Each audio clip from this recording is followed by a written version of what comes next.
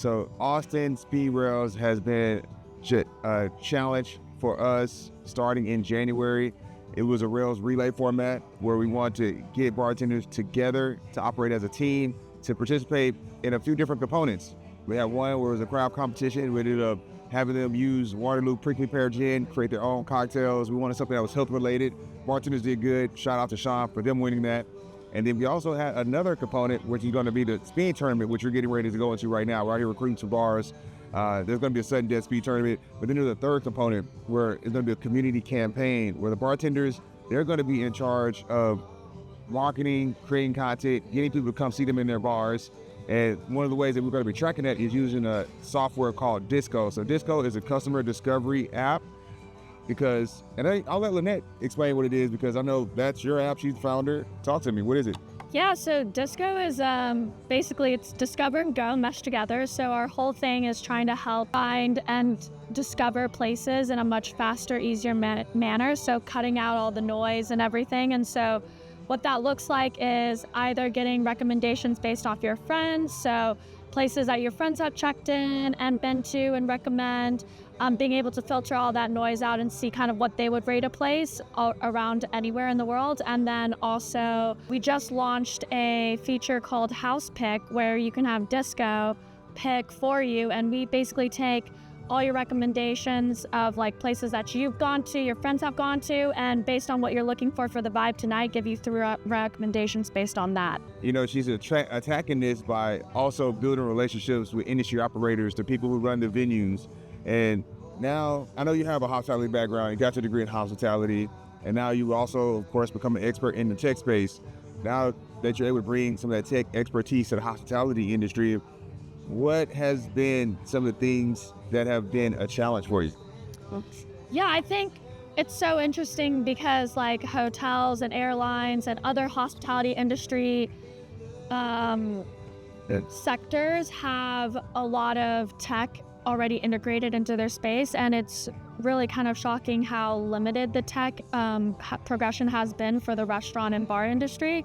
So trying to help kind of educate operators to make their time more efficient, that it is worth the investment because it does actually help, you know, make their lives that's already so difficult and so time consuming a little bit easier. And the thing with the hospitality tech we have seen, it's really been focused on operationalizing and optimizing the back-end systems. You know, It's like, just make sure you're not bleeding. You know what I'm saying? The thing that you do have to spend money on, how are you cutting costs? But then as more bars and more restaurants and hotels are coming up, it's like, how are customers discovering these places?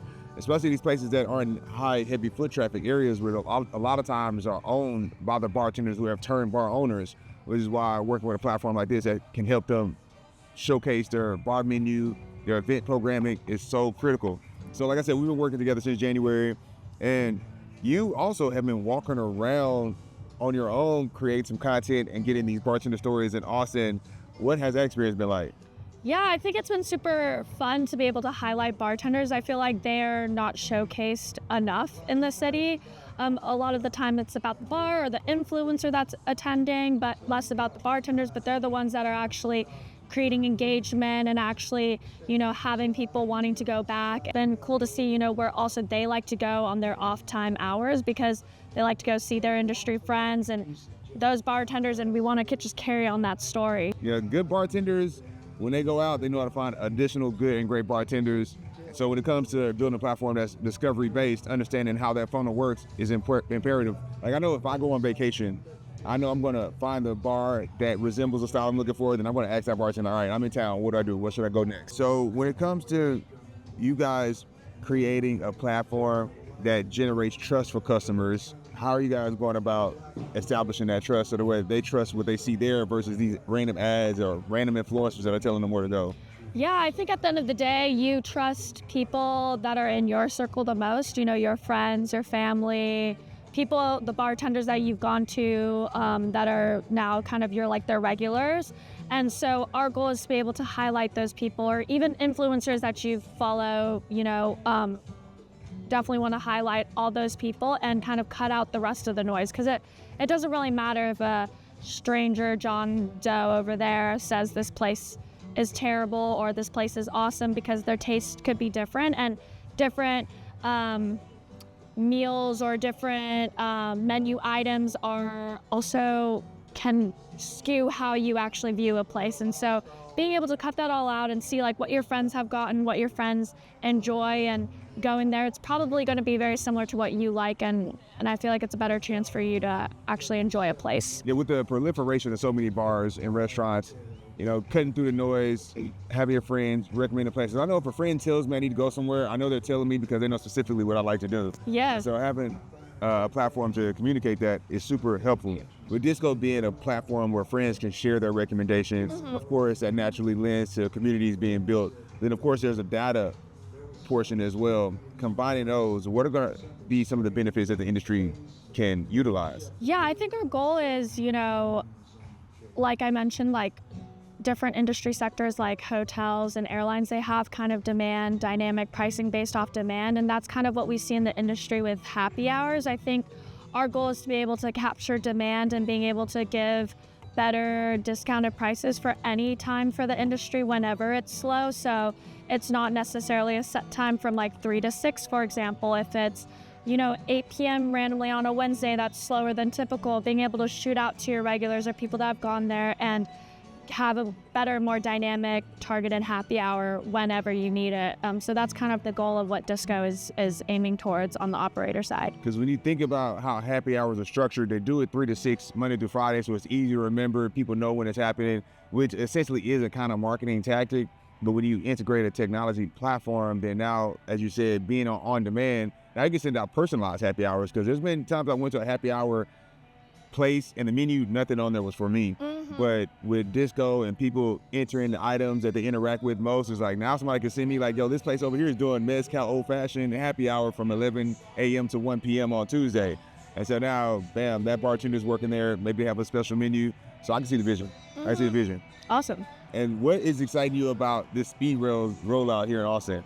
Yeah, I think it's exciting to get to partner with you guys and go to these meetings and meet more operators and see what's out there in the industry as well. And on top of that is being able to support both, you know, the bartender side of the aspect. Like I said, I feel like they're not highlighted enough. And so being able to also kind of meet more bartenders through SpeedRailz and also highlight them in different ways for us as well has been awesome. And then, yeah, I guess the community engagement part is where we really aligned, and I'm really excited to also help with that aspect. And so I think our visions really aligned. So it was just such an easy, like, yes, we got to partner with John and do more things together. So so you've been out here trying to get in touch with these bar managers and, you know, get in their meeting schedules. What's been your trick?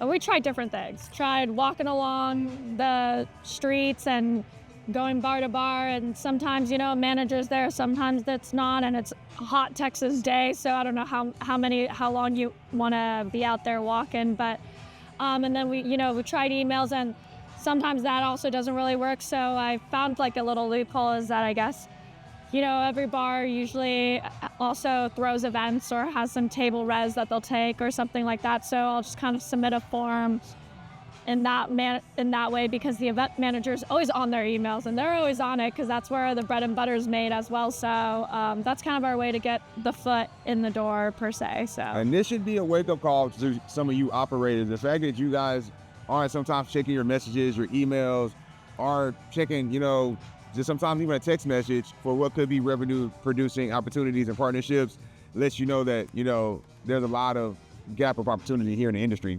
So I'll tell you what, the big players, they don't miss. Yeah. You know, the big players, they have automation set up, they're responding. So, but, you know, that's part of building a startup, though, is going through and figuring out where these gaps are and then maybe figuring out a way to integrate them into the system. But SpeedRailz Austin, we're here. Yeah. Lynette, DISGO, download the app. Where can they download the app at? We have a web app version. You can also download it on the App Store. It's DISGO app. And it's DISGO, so Discover and Go meshed together. But find us on Instagram. We're at the DISGO. So there we go.